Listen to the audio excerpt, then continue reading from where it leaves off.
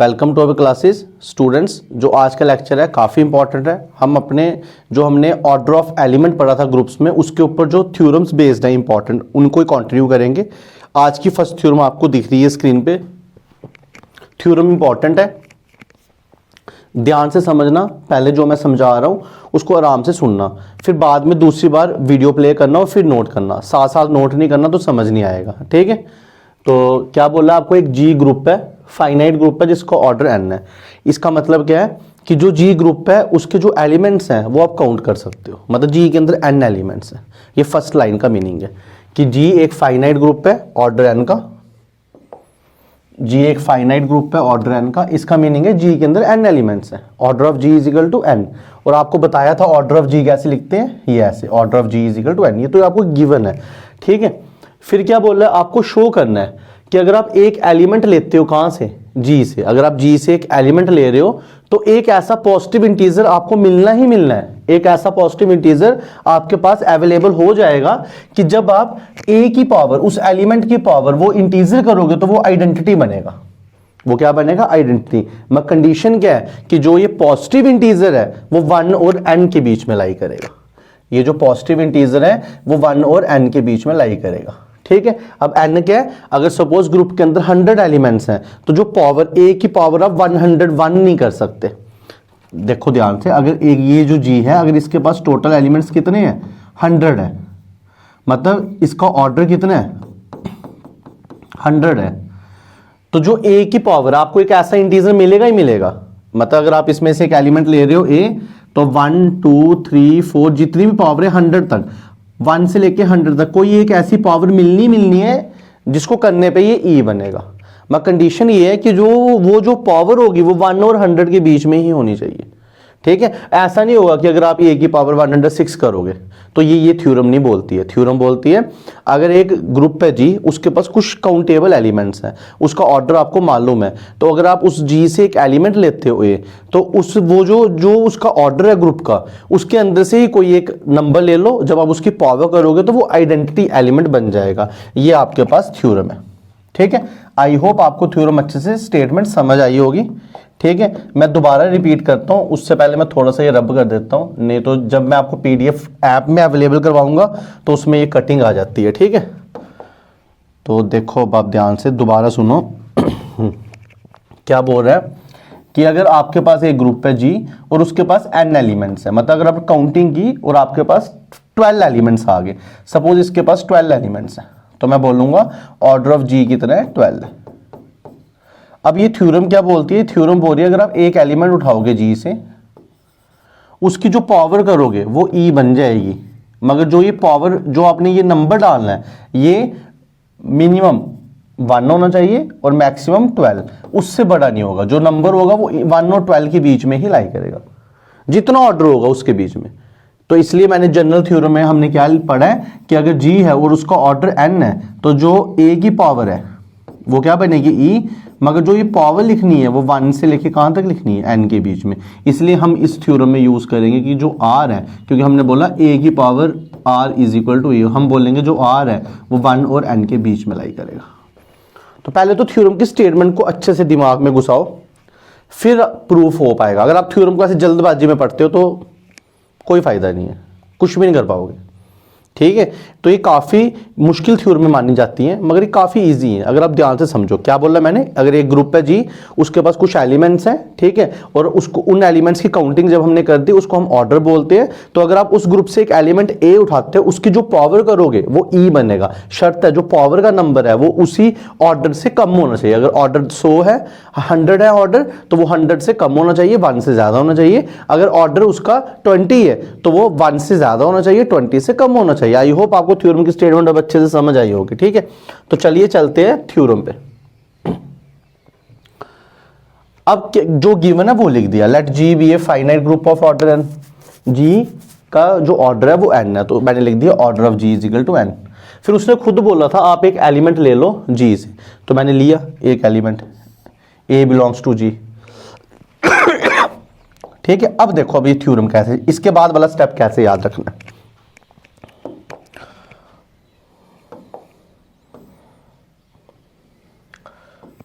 सबसे पहले हमने क्या लिया, order of G is equal to n, ठीक है।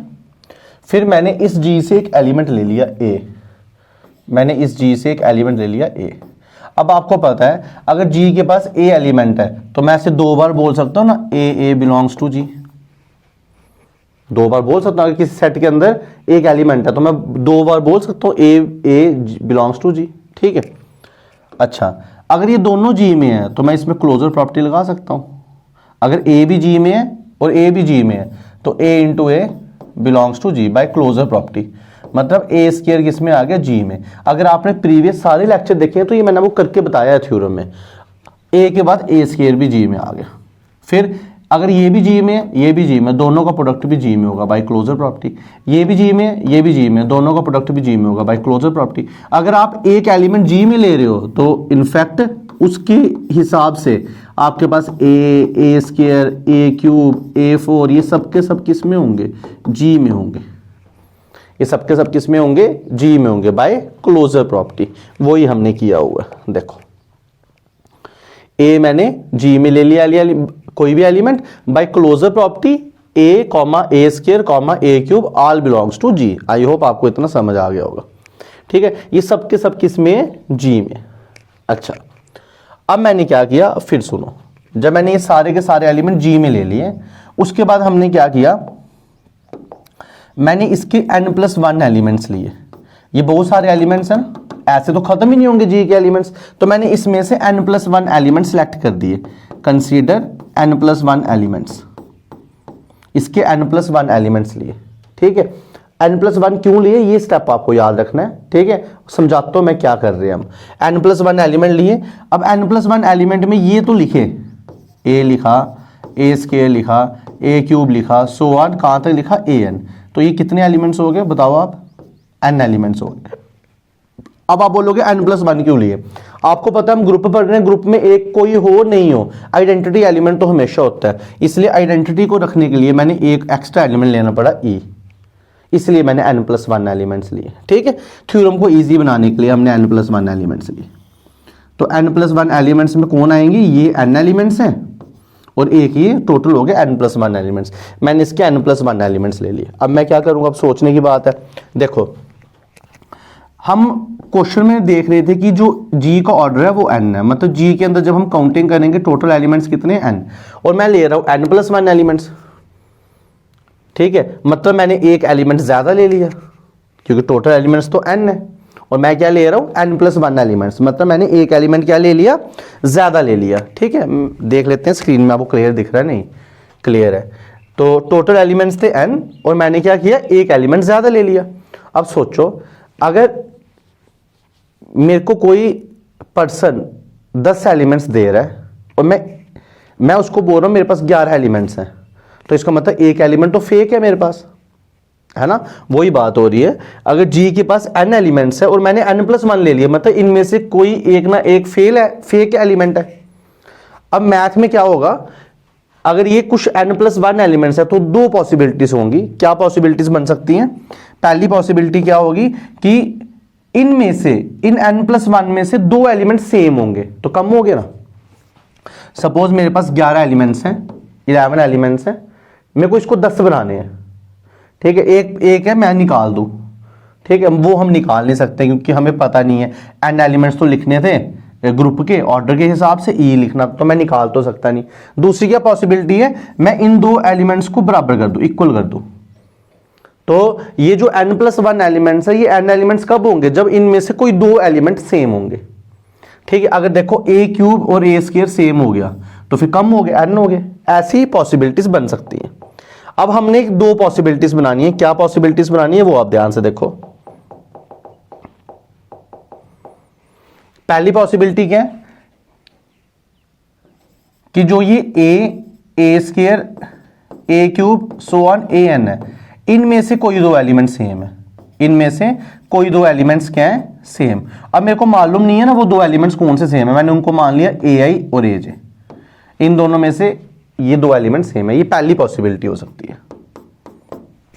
दूसरी पॉसिबिलिटी क्या हो सकती है, दूसरी पॉसिबिलिटी हो सकती है कि जो ये ई एलिमेंट है वो इनमें से किसी के इक्वल है, तब भी कम हो गया एक। अगर मैं बोलूं ई A3 के इक्वल है तो फिर कम हो गया ना, ई को 2 बार नहीं लिखूंगा। तो दूसरी पॉसिबिलिटी है कि जो ई है वो इक्वल है any one of remaining, any one of remaining, ठीक है, इनमें से किसी एक से एक के बराबर है ई, ठीक है। तो 2 पॉसिबिलिटीज है। अच्छा, अब हम सॉल्व करेंगे। पहले मैंने थ्योरम में शायद ये वाली पॉसिबिलिटी ली है, अभी थ्योरम पे चलूंगा, मैं आपको ऐसे ओवरव्यू दे रहा हूं। मैंने माना कि जो ये ई है, ई एलिमेंट है, वो इनमें से किसी एक के इक्वल है, इनमें से किसी एक के इक्वल है। अगर ई इनमें से किसी एक के इक्वल है तो मैं बोल सकता हूं ना E is equal to A की पावर आर, और मैं बोलूंगा कि जो ये आर है, अब मेरे को बताओ जो ये एलिमेंट्स आपको दिख रहे हैं इनमें जो पावर है आर वो कहां से कहां तक जा सकती है, 1 2 3 कहां तक, एन तक हो सकती है। तो मैं बोल दूंगा कि जो आर है वो 1 से एन तक है। यही तो आपको प्रूफ करना था। अगर ये केस हुआ तो वो इजीली प्रूफ हो गया। मेरे पास एन एलिमेंट्स ग्रुप वाले ने दिए हैं, एक मेरे को आइडेंटिटी लेनी थी तो मेरे को n+1 कंसीडर करने पड़े। मैं ग्रुप में तो n एलिमेंट्स है इसलिए मेरे को n+1 नहीं लेने हैं, मेरे को n ही लेने हैं। तो n बनाने के लिए एक एलिमेंट कम करना पड़ेगा। एक एलिमेंट कम करने के लिए 2 पॉसिबिलिटीज हैं, या तो इन a में वो आपस में कोई 2 सेम होंगे, या तो ये जो e है वो इनमें से किसी के बराबर होगा।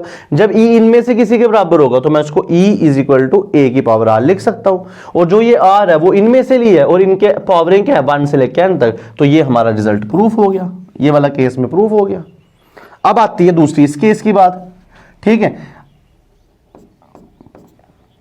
अगर ई अलग है, ई इन सबसे अलग है, तो फिर दूसरी पॉसिबिलिटी क्या है, इनमें से कोई 2 एलिमेंट सेम होंगे। तो इनके 2 एलिमेंट मैंने ए आई और ए जे ले लिए, ठीक है।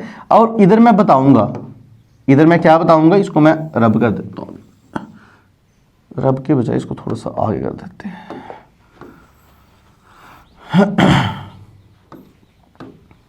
देखो इन दोनों के 2 एलिमेंट सेम है, ए आई और ए जे सेम है, ठीक है। अब मैं जो आई और जे हैं वो इन्हीं में से है ना 1 से n तक, तो इसलिए मैंने साथ में लिखा है कि जो आई जे है वो 1 से n के बीच में। अगर आई और जे, ये आई और जे 1 और n के बीच में है तो 2 पॉसिबिलिटीज होंगी, या तो आई बड़ा होगा जे से या तो जे बड़ा होगा आई से। तो मैंने मान लिया कि आई बड़ा है किससे, जे से, ये हमें मानना पड़ता है। अच्छा, अब मैंने इसके बाद क्या स्टेप किया, ये स्टेप आपको बड़ी बार थ्योरमों में करना है तो इसको याद रख देना। दोनों तरफ माइनस जे से मल्टीप्लाई कर दिया, ठीक है। अब ये bases are same, powers are added, और ये आ गया ए की पावर 0। रीजन भी बताता हूं कि मैंने ए की पावर माइनस जे से मल्टीप्लाई क्यों किया। देखो जो ए की पावर वाले जितने भी एलिमेंट है वो जी के एलिमेंट है, क्योंकि जी के पास ए की पावर के एलिमेंट है। अगर जी के पास ए की पावर जी एलिमेंट है और जी ग्रुप है तो इसका नेगेटिव भी जी में ही होगा, क्योंकि ग्रुप में उसका जो इनवर्स होता है वो भी जी में ही होता है, और इसका इनवर्स कौन है, ए की पावर माइनस ए। तो मैं मल्टीप्लाई कर सकता हूं, ठीक है। ए की पावर जे जी का एलिमेंट है और जो जी है वो ग्रुप है, and G is a group. तो मैंने दोनों तरफ मल्टीप्लाई कर दिया। अब ये आ गया ए की power I minus J is equal to A की पावर 0 को हम आइडेंटिटी बोलते हैं, ठीक है। हम जिस ग्रुप में ए की पावर में एलिमेंट होते हैं उसमें जो ए की पावर 0 होता है उसको क्या प्रीवियस क्लास में पढ़ा था, आइडेंटिटी बोलते हैं। अब ये जो आई माइनस जे है वो ई के बराबर आ रहा है, मैंने लेट कर दिया I minus J is equal to R. तो मैं बोल सकता हूं ए की power R is equal to E, मगर अभी प्रूफ नहीं हुआ है। आपको ये भी बताना है कि जो ये आर है 1 और n के बीच में ही लाई करेगा। अब चेक करते हैं, देखो ये 1 है और ये n है, आई जे उनके बीच में है, ये आई है और ये जे है, मगर हमने क्या मानना हुआ है, आई बड़ा है जे से। हमने इधर क्या मानना हुआ है, आई बड़ा है जे से, तो जे पहले आएगा और आई बाद में आएगा, आई बड़ा है जे से। अब मेरे को मान लो n आपका 100 है, तो ये अगर सपोज 48 है और ये सपोज 50 है, आई बड़ा है जे से, 50 माइनस 48 कितना आएगा 2। जो आपका 2 आ रहा है, जो आपका 2 आ रहा है वो 1 और n के बीच में ही आ रहा है ना। तो वही बात है कि अगर i और j 1 और n के बीच में, तो जो उनका माइनस है वो भी किसके बीच में होगा, 1 और n के बीच में। तो इधर हमें पता है कि जो i माइनस j है, जो i माइनस j है वो किसके बीच में है, 1 और n के बीच में, और जो ये r है वो किसके बीच में है, 1 और n के बीच में। तो इस केस से भी थ्योरम का रिजल्ट प्रूफ हो गया। आई होप आपको समझ आया होगा इस थ्योरम में हमने क्या किया। ठीक है, अब चलते हैं जहां पे मैंने थ्योरम लिखी हुई है। देखो क्या बोला, कंसीडर n+1 एलिमेंट्स, मैंने n+1 एलिमेंट्स ले लिए। ठीक है, और जो जितने एलिमेंट्स है जी में ही होंगे। क्यों होंगे? क्योंकि जी के पास ए के टाइप के एलिमेंट है और जी ग्रुप है, तो आइडेंटिटी तो इसमें आएगा ही आएगा। तो ये मैंने n+1 एलिमेंट्स ले लिए। अब अगर मेरे पास but G has only n elements, G के पास कितने एलिमेंट्स हैं? n एलिमेंट, जो मैंने अभी आपको बताया। अगर n एलिमेंट्स है तो इनमें से कुछ सेम होंगे या तो ई इनमें से किसी के इक्वल होगा। तो मैंने क्या लिखा, at least 2 of these elements are equal, इनमें से कोई 2 एलिमेंट्स क्या होंगे? सेम होंगे। एग्जाम में आपको ऐसे ही थ्योरम लिखनी है, वो तो मैं बस आपको समझा रहा था। ठीक है, तो पहला केस क्या है, अगर जो ये वाली एंट्री है ए वाली, ये ई के बराबर होगी। If any one of A N equal to E, तो अभी मैंने आपको बोला अगर ये ई के इक्वल है तो मैं लिख सकता हूं ए की power R is equal to E. और जो ये पावरें ली हैं, मैंने ये वाली पावरें ली हैं, ठीक है, या ये वाली पावरें ली हैं, ये सारी पावरें 1 से n के बीच में, तो इसको प्रूफ करने की जरूरत नहीं है, हमारा रिजल्ट प्रूफ हो गया। दूसरा रिजल्ट क्या है कि जो हमारा ई है वो इनमें से किसी के बराबर होगा, वो हमने प्रूफ कर दिया। दूसरा रिजल्ट क्या है कि ये जो ए है ये आपस में बराबर होंगे, जैसे हमने अभी बताया था, जब आपस में बराबर होंगे तो ए आई इज इक्वल टू जे लेना है। तो देखो वही लिया हमने, इफ ईच ऑफ द, इनमें से कोई 2, ठीक है, इनमें से कोई भी एक ई के बराबर नहीं हो। अगर ई के बराबर नहीं होगा तो वो आपस में क्या होंगे? बराबर होंगे। आपस में क्या होंगे? बराबर। फिर वही जैसे मैंने आपको समझाया, आई जे कहां से लेना? 1 और n से। ठीक है, फिर वही मैंने आपको बताया, अगर दोनों एलिमेंट आप 1 और n में ले रहे हो तो एक बड़ा होगा और एक छोटा। उसको मैथ में बोलते हैं विदाउट लॉस ऑफ जनरलिटी। ठीक है, मैथ के बेसिक कंडीशनों को बिना हिलाए, विदाउट लॉस ऑफ जनरलिटी का मतलब ये होता है। मैंने मान लिया आई किससे बड़ा है? जे से। फिर वही स्टेप जो अभी आपको बताए, ठीक है, आप इधर रीजन लिख देना, जैसे मैंने आपको बताया कि ए की पावर जो जे है वो जी में है, और दिस इंप्लाइज ए की पावर माइनस जे भी किस में? जी में। और इधर लिख देना as G is group, G group है तभी। ठीक है, तो फिर आपको मैंने ये भी बताया कि आई माइनस जे आर में होगा, तो ये भी प्रूफ हो गया। तो देयरफॉर रिजल्ट इज प्रूव्ड, या हेंस प्रूव्ड लास्ट में लिख देना। तो ये स्टूडेंट्स आपकी थ्योरम थी। ठीक है, ये आपकी थ्योरम थी। क्या थ्योरम थी कि अगर आपके पास एक ग्रुप है और उसका ऑर्डर क्या है? फाइनाइट है, तो जब आप उसका कोई एक एलिमेंट लोगे और उसकी पावर उसी नंबर से जो उसके ऑर्डर आ रहे हैं उसी में से 1 से n तक कोई एक नंबर लोगे, तो आपको एक नंबर ऐसा मिलेगा ही मिलेगा उस नंबर में जिसकी पावर करने पे वो e बनेगा, जिसकी पावर करने पे वो क्या बनेगा? e बनेगा। आई होप आपको ये थ्योरम समझ आई होगी। ठीक है, जितनी अपने से बेस्ट मैं दे सकता था उतना मैंने दिया। ठीक है, अब आपको मैंने बताया था कि जब भी आप थ्योरम समझोगे पहले आप मेरा लेक्चर सुनो, फिर दूसरी बार सुनते सुनते उसको लिखो, और तीसरी बार आप खुद पढ़ो और आपको थ्योरम अच्छे से दिमाग में बैठ जाएगी। ठीक है, तो ये थी इधर की फर्स्ट थ्योरम। अब ये आज की सेकंड थ्योरम।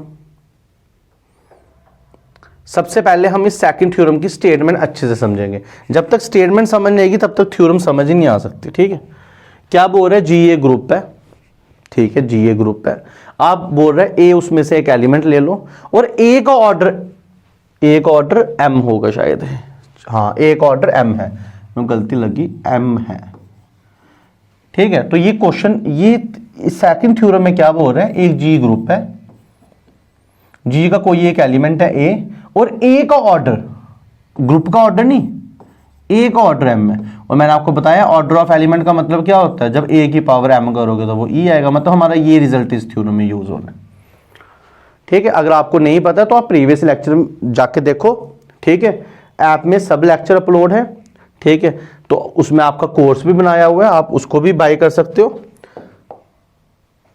तो ये आपको दिया हुआ है। ठीक है, तो आपके पास एक कंडीशन दी है जी, और फिर ऑर्डर ए का एम दी है। अब आपको क्या बोल रहा है? आपको प्रूफ करना है कि जितने भी एलिमेंट्स हैं, ये मैंने भी आपको बताया था ना, ए की पावर 0 ई होता है, तो E A square A cube so on A M minus 1, जितने भी ये एलिमेंट्स हैं ये सबके सब क्या होंगे? डिफरेंट होंगे। आपको प्रूफ करना है कि जो ए के अंदर ये वाले एलिमेंट्स होंगे ये आपस में कोई भी सेम नहीं होगा। सेम कब होगा? जब आप इधर से एलिमेंट बढ़ा दोगे। देखो सुनना ध्यान से, पिछली थ्योरम का मैं इससे रिलेट कराता हूं। ये एलिमेंट्स कितने हैं? 1 2 3 4 ये एलिमेंट्स हैं m-1 और ये एक एलिमेंट है m-1 और m कितने एलिमेंट्स हो गए m, पीछे कितने पड़े थे n, मतलब m या n एलिमेंट्स होंगे, m या n से ज्यादा नहीं हो सकते। अगर मैं इसको m+1 कर दूंगा फिर आप वही बात आ गई, कोई दो सेम होंगे, ठीक है। तो इसलिए इन्होंने ये थ्योरम भी पिछले की जैसी ही है मगर थोड़ी सी अलग है। इस थ्योरम में बोल रहा है पहला पार्ट कि ये सब के सब क्या होंगे, डिफरेंट होंगे। अब पहला पार्ट कैसे प्रूफ करेंगे वो समझते हैं। आपको प्रूफ करना है ये सब डिफरेंट होंगे, मैं मान के चलूंगा इन दोनों में से कोई दो सेम होंगे, ठीक है। तो देखो पहले मैं पहला पार्ट आपको करवा देता हूं। Order of A am the है, इसका मतलब क्या है ए की पावर एम ई है और एम लीस्ट पॉजिटिव इंटीजर है। अब ये ए की पावर एम ई और एम लीस्ट पॉजिटिव इंटीजर, ये प्रीवियस लेक्चर देखो आप जिसमें मैंने ऑर्डर ऑफ एलिमेंट डाला हुआ है, ठीक है, उसमें बताया हुआ है। अब मैंने मानना इनमें से कोई दो एलिमेंट सेम है तो मैंने ले लिया ए आई और ए जे सेम है, जैसे पूरा वैसे ही जैसे अभी किया, ठीक है। अब इसमें जो एलिमेंट, इसमें जो पावर है वो कहां से स्टार्ट हो रही है, जीरो से। पिछले क्वेश्चन में पावर कहां से स्टार्ट हो रही थी, 1 से, ठीक है। तो जब जीरो से स्टार्ट हो रही है तो मैं जीरो से यही लूंगा m-1 तक, तो इसलिए मैंने जीरो से कहां तक ली है m-1। अब ध्यान से देखना इधर मैंने m-1 नहीं लिखा है, क्यों नहीं लिखा है, क्योंकि मैंने m से छोटा इधर इक्वल टू, अगर मैं इक्वल टू लिखता फिर गलत है।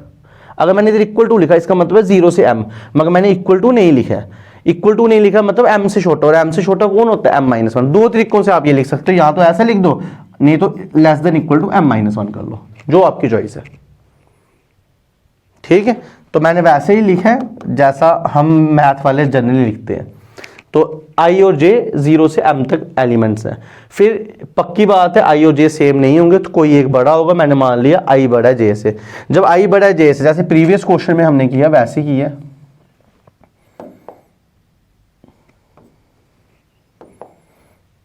j को मल्टीप्लाई कर दिया, a की पावर 0 ये आ गया।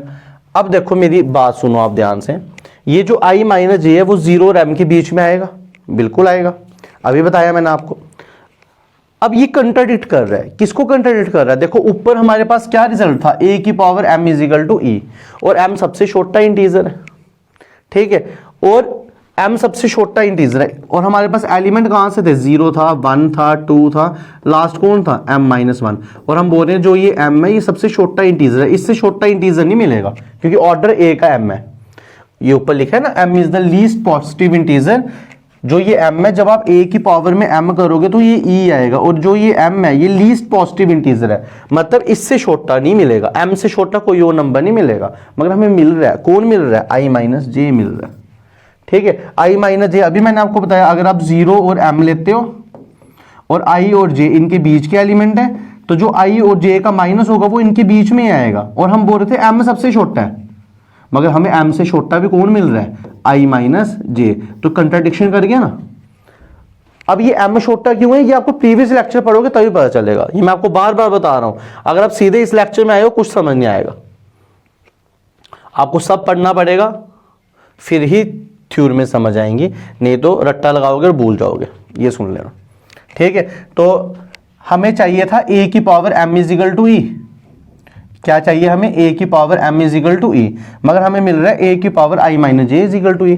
कोई प्रॉब्लम नहीं, अगर i माइनस j m से बड़ा होता कोई प्रॉब्लम नहीं होती क्योंकि m लीस्ट है, मगर i माइनस j m के बीच में, m से छोटा है तो प्रॉब्लम दे गया, इसका मतलब हमारी सपोजिशन क्या होगी, रॉन्ग होगी, which contradicts to the fact that m is the least positive integer such that a की power m is equal to e। हमने जो मानना था उसके वजह से कंट्राडिक्शन आ रही है, हमारी सपोजिशन रॉन्ग हो गई। हमने मानना क्या था, इन दोनों वो जो एलिमेंट्स हैं उनमें से कोई दो सेम होंगे, इसका मतलब सारे के सारे एलिमेंट सेम नहीं है, सारे के सारे डिफरेंट है। तो ये पहले पार्ट का प्रूफ हो गया, ठीक है। आई होप आपको ये पहला पार्ट अच्छे से समझ आया होगा, क्योंकि ऐसा ही सेम हमने प्रीवियस में भी किया, प्रीवियस थ्योरम में भी किया। अब सेकंड पार्ट पे आते हैं। सेकंड पार्ट क्या बोलता है,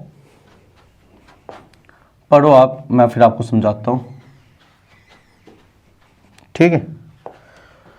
सेकंड पार्ट क्या बोलता है कि आपको एक, अगर आप आपको एक इंटीजर लोगे, पहली बात तो एक ऑर्डर m है और ये सब डिफरेंट होंगे, फिर बोलता है अगर आप कोई बाहर से इंटीजर ले लो कोई भी n, तो वो जो a की पावर n करोगे वो इन्हीं में से किसी के इक्वल होगा, समझे।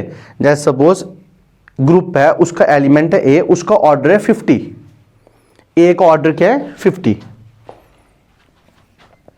सपोज ए का ऑर्डर कितना है 50, ठीक है, तो इसका मतलब है ए की पावर 50 इज इक्वल टू ई। अब ये बोलता है अगर आप कोई भी इंटीजर ले लो, जैसे मैंने 501 ले लिया, कोई भी इंटीजर ले लिया, ठीक है, 501 मैंने एक इंटीजर ले लिया, एन ले लिया 501, ये एक इंटीजर है।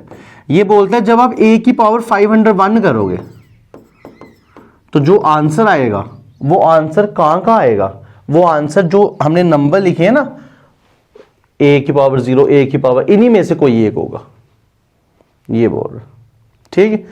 तो मैंने एक इंटीजर ले लेना है, जो कि मैंने इंटीजर ले लिया, उसने बोला इंटीजर ले लो, तो सेकंड में मैंने क्या ले लिया, एक इंटीजर ले लिया। फिर ये क्या चीज है, ये इक्वली डिवीजन लैम है। हर इंटीजर को आप तोड़ के ऐसे लिख सकते हो, जैसे आपने 7 इंटीजर ले लिए, तो 7 इंटीजर को आप लिख सकते हो 3 इंटू 2 प्लस 1। कोई भी इंटीजर ले लो, आप उसको तोड़ के इस फॉर्म में लिख सकते हो। आपने 8 इंटीजर ले लिया, 8 को आप लिख सकते हो 4 इंटू 2 प्लस 0। और भी बड़े तरीके है, 3 इंटू 2 प्लस 2। तो हर इंटीजर को आप इस फॉर्म में लिख सकते हो। तो मैंने n इंटीजर लिया तो n को इस फॉर्म में लिख दिया। अब देखो जो ये चीज होती है, इसको रिमाइंडर बोलते हैं। क्या बोलते हैं इसको, रिमाइंडर।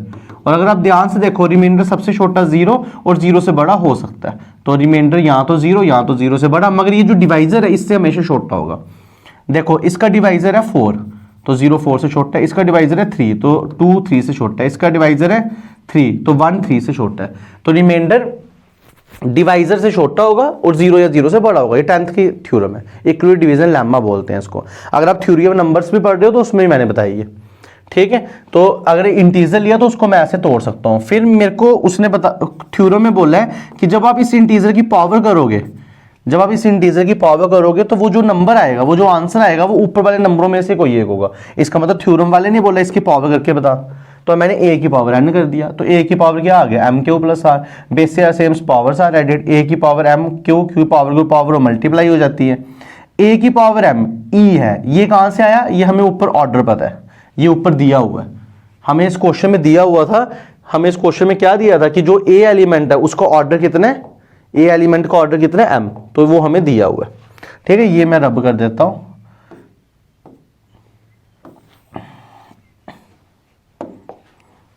इधर रीजन लिख देना,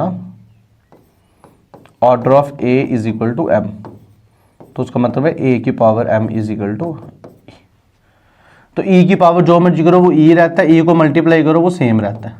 अब ये जो r है, अब ये कहां से आया, अभी आप बोल रहे हो r रिमाइंडर है और रिमाइंडर 0 और m के बीच में, तो रिमाइंडर 0 और m के बीच में। और जो हमारे एलिमेंट थे स्टूडेंट्स, वो क्वेश्चन थ्योरम में ऐसे दिए हैं, a की पावर 0, a की पावर 1, इधर कहां तक am। तो जब r इनमें से है तो प्रूफ हो गया ना। हमने क्या बोला था कि जब आप a की पावर n करोगे तो जो एलिमेंट बनेगा वो इन्हीं में से आएगा। हमने a की पावर n किया तो मेरे पास r बन रहा है और r इन्हीं में से है, तो थ्योरम प्रूफ हो गई, ठीक है। तो ये जो थ्योरम है ये आप मेरे से ऑनलाइन समझ रहे हो स्टूडेंट्स। अगर आप ऑफलाइन होते तो ऑफलाइन में थोड़ा सा 10-15% का मैथ की, इस वाले मैथ में थोड़ा फर्क तो पड़ता ही है। ऑनलाइन में हमारी एफिशिएंसी थोड़ी सी कम हो जाती है, मगर तब भी मैंने पूरी कोशिश की है आपको पूरा बेसिक बताने की। अगर आपको तब भी डाउट है, एक बार थ्योरम सुन के समझ नहीं आएगी, ये मैं आपको बार बार बोल रहा हूँ। आप पहले सुनो, कॉपी पेन को छोड़ दो, दूसरी बार जब सुनोगे फिर कॉपी पेन पे लिखो, तीसरी बार अपनी फेयर नोटबुक पे लिखो, फिर लास्ट में दोबारा सुनो तो थ्योरम पक्की हो जाएगी। ये सुन लेना, ठीक है। ऐसा कुछ भी नहीं है, मैंने आपको किसी स्टेप का मीनिंग नहीं समझाया हो, ऐसा कुछ भी नहीं है कि जैसे ये क्यों आया, ऐसा कुछ नहीं है मैंने स्किप किया हो, रट्टा लगाने वाली बात ही नहीं है। आप, हाँ वो मैंने क्या पता ये लाइन थोड़ी जल्दी बोल दी हो, तो आप बैक करके प्रीवियस थोड़ा सा पीछे जाकर दोबारा सुन लो तो समझ आ जाएगी आपको, ठीक है। तो प्रूफ हो गया फिर हमारा जो हमने प्रूफ करना था कि जब हम कोई इंटीजर ले रहे हैं तो a n r में आ रहा है और r इसके बीच में है, तो इसका मतलब क्या है, विच इज, इधर m आएगा, ठीक है, which is someone from the above list, तो जो ऊपर में से कोई एक है। तो अगर आप कोई इंटीजर ले रहे हो और a की पावर वो इंटीजर कर रहे हो, तो वो जो ऊपर वाले एलिमेंट्स है वो उन्हीं में से कोई एक नंबर दे रहा है। और दूसरी बात, अगर एक ग्रुप है, ठीक है, उसके अंदर से आप एक एलिमेंट ले रहे हो, एलिमेंट का ऑर्डर तुम्हें पता है, ठीक है, वो दिया हुआ है, तो वो जो एलिमेंट्स हैं उस ऑर्डर तक, a की पावर m तक, वो सबके सब आपस में डिफरेंट होंगे, कोई भी सेम नहीं होगा। और अगर आप बाहर से कोई इंटीजर लेते हो वो उन्हीं में से कोई एक निकल जाएगा, सिंपल थ्योरम थी, 2 रिजल्ट थे, काफ़ी इंपॉर्टेंट थे, आसान थ्योरम है, ठीक है, बिल्कुल सिंपल लैंग्वेज में बताई हुई है। अगर आपको कोई भी डाउट है तो आप मेरे को बता सकते हो, मेरे को पूछ सकते हो, मेरे व्हाट्सएप नंबर आपके पास है, ठीक है। अभी थोड़े दिन से लेक्चर में थोड़ी सी दिक्कत आ रही थी, थोड़ा मैं बिजी था, अब लेक्चर कोशिश करूंगा जल्द से जल्द आपका सिलेबस कंप्लीट करने की, ठीक है। तो जिन्होंने कोर्स लिया है तो वो घबराए नहीं, उनका सिलेबस हमने जितना यूनिट कर दिए हैं, थोड़ा सा जो रह गया वो हम जल्दी ही कवर कर देंगे। और जो YouTube से पढ़ रहे हैं तो उनको इंपॉर्टेंट चीज़ें YouTube पे अवेलेबल हो जाएंगी, ठीक है। तो आई होप कि आप अच्छे से पढ़ोगे और अच्छे से मेहनत करोगे। तो स्टूडेंट्स इस लेक्चर में इतना ही, मिलते हैं नेक्स्ट लेक्चर में। Thank you students, have a nice day.